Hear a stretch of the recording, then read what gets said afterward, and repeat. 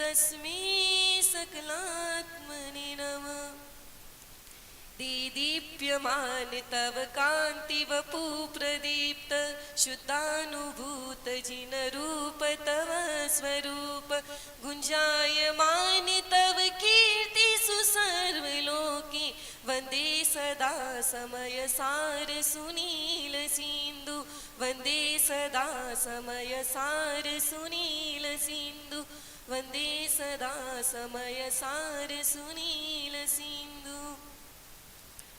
बोलिए प्रथम तीर्थंकर आदिनाथ भगवान की, बोलिए चिंतामणि पारसनाथ भगवान की, बोलिए महावीर भगवान की, बोलिए परम पूज्य मुनि कुंजर आचार्य शिक्षवाट आदि सागर जी महाराज की, बोलिए तीर्थ भक्त शिरोमणि आचार्य शिक्षवाट महावीर कीर्ति महाराज की, बोलिए परम पूज्य तपस्वी सम्राट तपो मार्तंड आचार्य शिक्षवाट सन्मति सागर जी गुरुदेव की, बोलिए परम पूज्य चतुर्थ पट्टाधीश वात्सल्य शिरोमणि राष्ट्र गौरवाचार्य भगवान श्री सुनील सागर जी गुरुदेव की।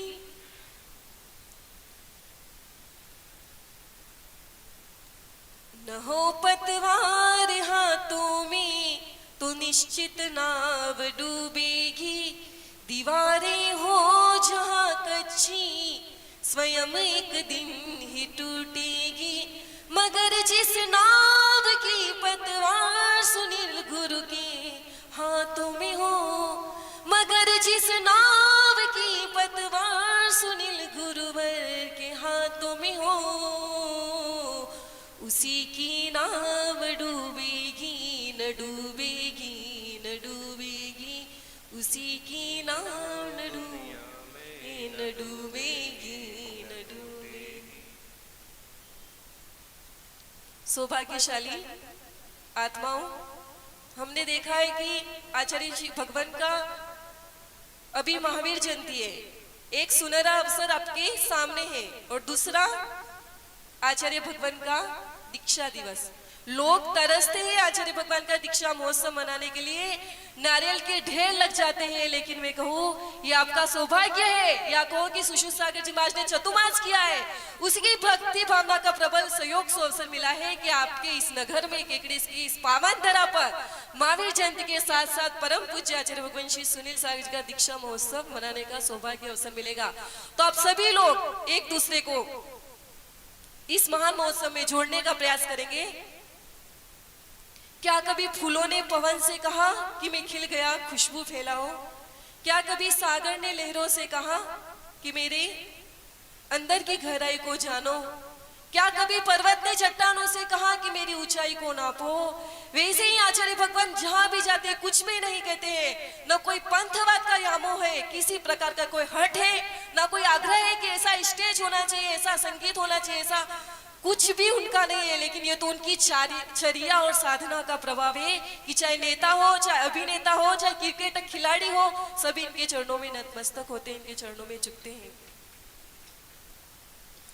आपको पता होगा आचार्य भगवान चतुर्मास दिल्ली ऋषभ विहार का चतुर्मास करने पर निरंतर भयानक गर्मी, जहां आचार्य चलते चलते पैर में अचानक मोच आ गई, लेकिन फिर भी उनकी भावना थी कि नहीं मुझे जाना है, मुझे जाना है, किसी की परवाह नहीं करते हुए कि लोगों को धर्म की भावना मिले, लोगों जन जन में धर्म के प्रति उत्साह हो, जन जन में के धर्म रूपी ज्योति का दीपक जले। इसलिए इतनी परिस्थिति होने के बाद में भी, पैरों में इतनी तकलीफ होने के बाद भी आचार्य भगवान पद पद विहार करते हुए आज इस केकड़ी की पावन धरा पर उनका आगमन हुआ है।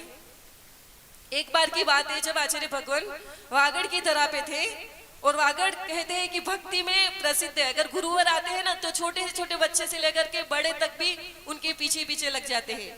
ऐसे ही बांसवाड़ा में सुरेश जी सिंह थे जो बहुत गुरुदेव की पागलों की तरह भक्ति करते थे।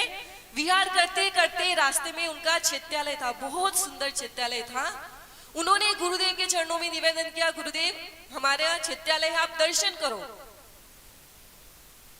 उसकी बहुत भावना थी कि हर किसी की भावना होती, जब हम किसी को बहुत भक्ति करते, बहुत श्रद्धा रहती, बहुत प्रेम रहता है, तो ऐसा लगता है हम उनको क्या अर्पण करें। तो उन्होंने भी कुछ आचार्य जी के लिए रखा था, कुछ बना करके कि आचार्य भगवान जब भी चैत्यालय दर्शन करने आएंगे तो सुयोग अवसर मिला। आचार्य भगवान ने चैत्यालय के दर्शन किया, फिर उन्होंने 100 किलो सुंदर चांदी का सिंहासन बनाया। तो आचार्य भगवान ने क्या है, बोले कि हम तो कुछ तो और आपको नहीं दे सकते हैं, ये मैंने सुंदर चांदी का सिंहासन आपके लिए बनाया है, आप इस पे बैठना और जहां भी आपका विहार होगा उसको साथ में लेके जाना। तो आचार्य भगवान क्या कहते हैं कि साधु साधनों से नहीं साधना से महान होता है। साधु साधनों से नहीं साधना से महान होता है। हमें ये सिंहासन नहीं चाहिए, हमें तो बस जन जन के लोगों के जीवन में भक्ति जागृत हो, ऐसी हमारी भावना है। एक बार क्या होता है, एक युवक बहुत परेशान हो जाता है। आज की इस भौतिकता युग में भी बच्चे युवक छोटी छोटी बातों को लेकर बहुत परेशान हो जाता है। वैसे ही वह युवक भी परेशान हो गया और घर छोड़ करके निकल गया कि बोले अब मुझे सहन नहीं होता है। रास्ते में गया, उसने देखा कि एक जंगल में एक मुनिराज वितरागी संत ध्यान कर रहे हैं। जैसे उनके पास अपने कदमों को बढ़ाया, उनके पास गए और देखा कि उनके चेहरे पर एक तेज है, उन्हें किसी प्रकार की चिंता नहीं है, उनके चेहरे पर मुस्कुराहट है, उनके चेहरे पर शांति है। जैसे ही पास में गया और पूछा कि क्या बात है, आपके चेहरे पर इतनी प्रसन्नता, इतना आनंद। तो मुनिराज ने कहा,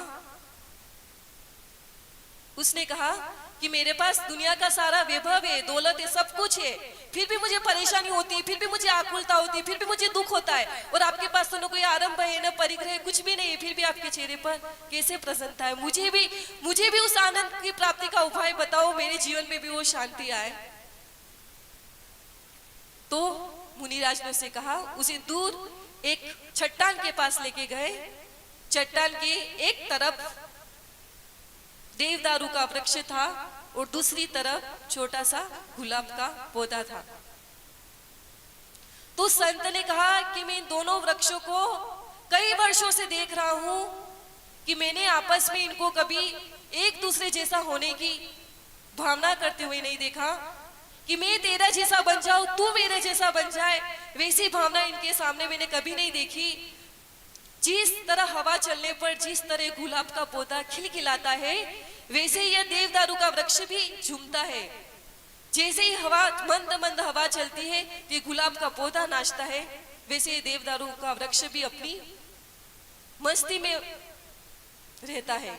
कभी देवदारू गुलाब का पौधा ये नहीं सोचता, अरे ये तो इतना ऊंचा है देवदारू का वृक्ष और मैं इतना छोटा सा रह गए। नहीं, वो अपने में मस्त है और देवदारू का वृक्ष अपने में मस्त है। वो कभी एक दूसरे की जैसे होने की चेष्टा नहीं करते। बस जीवन का यही राज है कि जैसा तुम्हारे पास जितना है उसमें तुम पर्याप्त है, वही सुख का कारण है। जब तुम्हारे मन में ये आ जाएगी कि मेरे पास जो है मैं उसी में संतुष्ट, तुम्हारे जीवन की आदि समस्या वैसे ही समाप्त हो जाएगी, वैसे ही तुम्हारा जीवन आनंदित हो जाएगा। आचार्य भगवान भी जब जंगल गिरनार जी में थे तो जंगल की पहाड़ पे आचार्य भगवान वहां पर साधना करते थे। दोपहर में जब 12 बज जाती थी तो जंगल की तरफ साधना करने के लिए बैठ जाते थे और 2-2, 3-3 घंटे हो जाते थे। कोई पशु पक्षी भी उनके चरणों में आकर के बैठ जाते थे। ऐसी महान वितरा की साधना गुरुवर की। ऋषभ विहार की बात है कि कुछ लोग आचार्य भगवान की कुछ टीम थी आचार्य भगवान की, जिन्होंने आचार्य भगवान को डिलीट की उपाधि दी थी। तो उनको लगा कि आचार्य भगवान की वास्तविक कहते कि 10,000 श्लोक कंठस्थ है, क्या वास्तव में कंठस्थ है? तो उन्होंने क्या पूरी टीम उनकी वहां पर आचार्य भगवान की परीक्षा लेने के लिए आ गई कि हम भी देखें कि 10,000 श्लोक किसी को कैसे याद हो सकते हैं। तो पूरी टीम परीक्षा करने के लिए आचार्य भगवान के पास आई और आचार्य भगवान से निवेदन किया कि हे गुरुदेव, आपकी प्राकृत की जो गाथा है आपको कंठस्थ है, वो गाथा हम भी सुनना चाहते हैं। उन्होंने निवेदन किया और आचार्य भगवान ने ओम का नाद करते हुए गाथा सुनाई। एक के बाद दो कंटिन्यूस गाथा बोलते गए 50 गाथा हो गई। आचार्य भगवान बोलते गए, लेकिन सामने वाले की कैपेसिटी भी तो सुनने की होनी चाहिए, कहीं रुकावट नहीं, कुछ नहीं। वो जब ऐसा उन्होंने देखा तो साक्षात भगवान के प्राकट साई के समग्र को देकर के उन्हें डिलीट की उपाधि प्रदान कर दी। आचार्य भगवान की ऐसी महान तपस्या साधना है। कहते हैं कि इस जमाने में जहां पर परिवार होता है उसको मैनेजमेंट करना, उसको संभालना कितना मुश्किल हो जाता है। घर में यदि 6 बच्चे हैं तो सबको संभालना, सबको देखना में भी परेशानी हो जाती है। लेकिन आचार्य भगवान जहाँ अलग अलग प्रांत से लोग आए हैं, चाहे बुजुर्ग हो, चाहे युवा हो, चाहे मध्यम वर्गीय हो, सबको अपने पास रखना, सबके मन को संतुष्ट करना, सबका ध्यान रखने की यदि कोई अद्भुत कला है तो आचार्य भगवान श्री सुनील सागर जी गुरुदेव के चरण पास है। आप देख रहे हो आचार्य भगवान किसी और सिंहासन पे नहीं बैठते हैं। ये सिंहासन आप देख रहे हो, ये वो सिंहासन है जिस पर कभी आचार्य महावीर कीर्ति महाराज जी बैठा करते थे। ये वो सिंहासन है, कभी इस पर सन्मति सागर जी महाराज बैठा करते थे। एक नेपाल की रानी थी लक्ष्मीबाई, उनकी वो भी ऐसे ही महावीर कीर्ति महाराज से जुड़ गई, उनके मन में भावना हो गई, उनके दर्शन करने से उनके जीवन में ऐसी पवित्रता आई कि उसने व्यसनों को छोड़ दिया और उसके मन में भी भावना है कि मैं गुरुदेव को क्या भेंट करूं। तो उसने लकड़ी का सिंहासन बना करके गुरुदेव के चरणों में भेंट किया, आचार्य सन्मति सागर जी के चरणों में भेंट किया। वो ही सिंहासन पर आचार्य भगवान आपके बीच में विराजमान है। ये महान तपस्या है।